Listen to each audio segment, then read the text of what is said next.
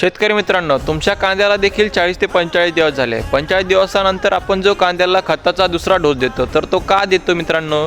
तर जी आपली कांद्याची पात आहे त्या पातीची संख्या वाढावी, पातीची उंची वाढावी, त्याचबरोबर आपली जी कांद्याची मान आहे ती पण चांगली जाड होवी, त्यासाठी आपण खताचा दुसरा डोस देतो. तर तो डोस आपल्याला कोणता द्यायचा मित्रांनो, हे तुम्हाला जाणून घ्यायचं असेल तर आपला व्हिडिओ शेवटपर्यंत बघा मित्रांनो. आपले पहिले जे खत आहे ते आहे 8-21-21. यामध्ये आपले 8% नायट्रोजन, 21% फॉस्फरस आणि 21% पोटॅशियम आहे. त्याचबरोबर मॅग्नेशियम, झिंक, लोह असे बरेच काही, म्हणजे टोटल मिळून असे 8 पोषक तत्वे या खतामध्ये आहे. त्याचबरोबर मित्रांनो आपण सल्फर वापरणार आहे. तर सल्फर कमून वापरणार आहे मित्रांनो? तर सल्फरमुळे आपल्या पिकाची वाढ चांगली होते. त्याचबरोबर जो आपल्या जमिनीतला जो pH आहे तो मेंटेन ठेवण्याचे काम सल्फर करते. तुम्हाला आपला व्हिडिओ कसा वाटला मित्रांनो, कमेंटमध्ये नक्की सांगा. जर तुम्हाला आपली माहिती आवडली असेल तर आपल्या व्हिडिओला लाईक करा, शेअर करा आणि आपल्या चॅनलला सबस्क्राईब नक्की करा.